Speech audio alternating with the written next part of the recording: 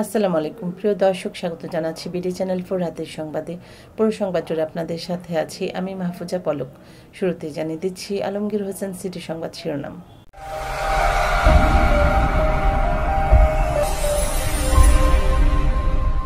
হোসেনপুরে feeling স্টেশনকে 50,000 টাকা জরিমানা। ভৈরবে 2 ছিনতাইকারী গ্রেফতার। ত্রিশালে মহাসড়ক দখল করে সিএনজি স্ট্যান্ড ও কাঁচা বাজার, জনভোগান্তি চরমে। দাবানলে তছনছ লস অ্যাঞ্জেলেস, আগুন ছড়ালো নতুন এলাকায়। কপিলকে গুলি করতে তার বাড়ি গিয়েছিলেন যুবরাজের বাবা। শুনছিলেন আলমগীর হোসেন সিটি সংবাদ শিরোনাম। এবার ম্যাপল ইন্টারন্যাশনাল স্কুল স্থানীয় সংবাদ।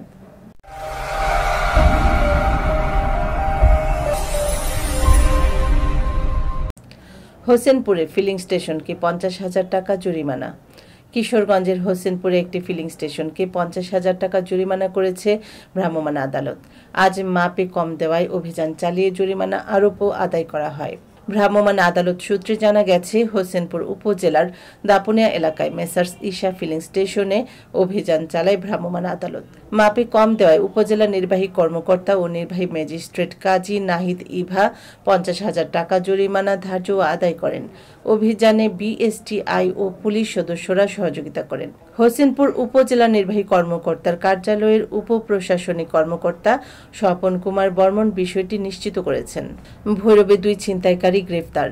কিশোরগঞ্জের ভৈরবে 2 ছিনতাইকারীকে হাতে নাতে গ্রেফতার করেছে র্যাব 14 সিপিসি 2 ভৈরব ক্যাম্পের একটি আভিযানিক দল।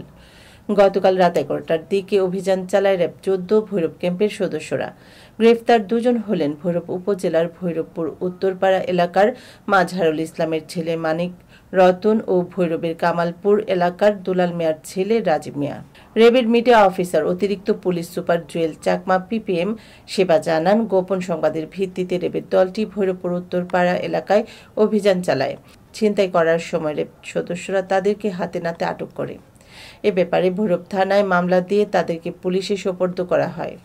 ত্রিশালে মহাসড়ক দখল করে সিএনজি স্ট্যান্ড ও কাঁচা বাজার, জনভোগান্তি চরমে। ঢাকা ময়মনসিংহ মহাসড়কের ত্রিশাল বাস স্ট্যান্ড এলাকায় মহাসড়ক দখল করে গড়ে উঠেছে অবৈধ কাঁচা বাজার ও সিএনজি স্ট্যান্ড। এতে করে প্রতিনিয়ত যানজট আর জনদুর্ভোগ পোহাতে হচ্ছে চলাচলকারী মানুষ ও যান চলাচলে। এতে স্থানীয় বাসিন্দা সহ মহাসড়কে চলাচলকারী হাজার হাজার যাত্রী প্রতিনিয়ত দুর্ভোগের শিকার হচ্ছেন। কাঁচা বাজার ও সিএনজি স্ট্যান্ডের কারণে 4 লেনের মহাসড়ক এখন 2 লেনের সড়কে পরিণত হয়েছে। দিন-রাত 24 ঘন্টার মধ্যে এই মহাসড়কে 1 লেনের বেশি লেনে যান চলাচল করতে পারে না। সড়কের দুপাশেই বাজার ও সিএনজি স্ট্যান্ড, এর ওপর আবার লোকাল শালবন বাসের কাউন্টার। এ যেন মরার উপর খাড়ার ঘা। ময়মনসিংহ সড়ক ও জনপদ বিভাগের উপবিভাগীয় প্রকৌশলী মোফাক্খারুল ইসলাম বলেন, অবৈধ স্থাপনা উচ্ছেদে আমাদের কার্যক্রম চলমান রয়েছে, তবে জনবল না থাকার কারণে উচ্ছেদের কাজ বিঘ্নিত হচ্ছে। এবার জীবনদীপ হেলথ সেন্টার আন্তর্জাতিক খবর।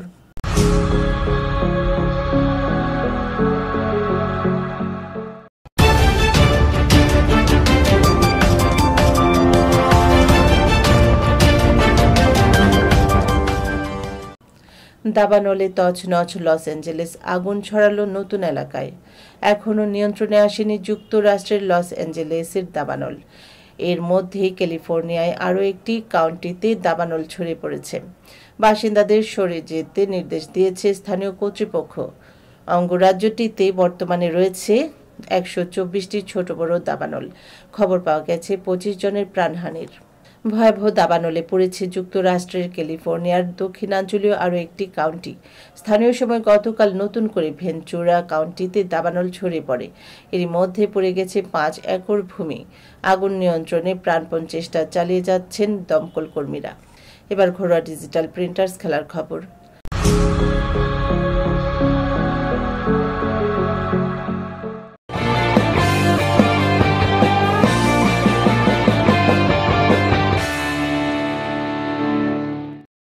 কপিলকে গুলি করতে তার বাড়ি গিয়েছিলেন যুবরাজের বাবা। ভারতের হয়ে প্রথম বিশ্বকাপ জয়ী অধিনায়ক কপিল দেবকে একবার গুলি করার উদ্দেশ্যে তার বাড়ি গিয়েছিলেন যুবরাজ সিং এর বাবা যোগরাজ সিং, কিন্তু মায়ের কারণে কপিল সে যাত্রায় বেঁচে যান। সম্প্রতি এক সাক্ষাৎকারে যোগরাজ জানিয়েছেন তার সে ক্ষোভের কারণ। সময়টা 80-র দশকের শুরুতে। সাবেক ভারতীয় ক্রিকেটার যুবরাজ সিং এর বাবা যোগরাজও তখন ক্রিকেটার। সুনীল গাভাস্কার কপিল দেবের সঙ্গে একই দলে খেলছেন। ভারতের হয়ে 1980-81 মৌসুমে অস্ট্রেলিয়া ও নিউজিল্যান্ডের বিপক্ষে এক টেস্ট ও 6 ওয়ানডে খেলেছেন তিনি। জাতীয় দলে তার ক্যারিয়ারটাও এতটুকুই। দর্শক, এই ছিল বিডি চ্যানেল 4 রাতের সংবাদ। সকলকে পরবর্তী সংবাদ দেখার আমন্ত্রণ জানিয়ে এখানে বিদায় নিচ্ছি। আপনারা ভালো থাকুন, সুস্থ থাকুন। নিত্য নতুন খবর পেতে বিডি চ্যানেল 4 এর ফেসবুক পেজ ও ইউটিউব চ্যানেলের সঙ্গে থাকুন। শুভরাত্রি। আল্লাহ হাফেজ।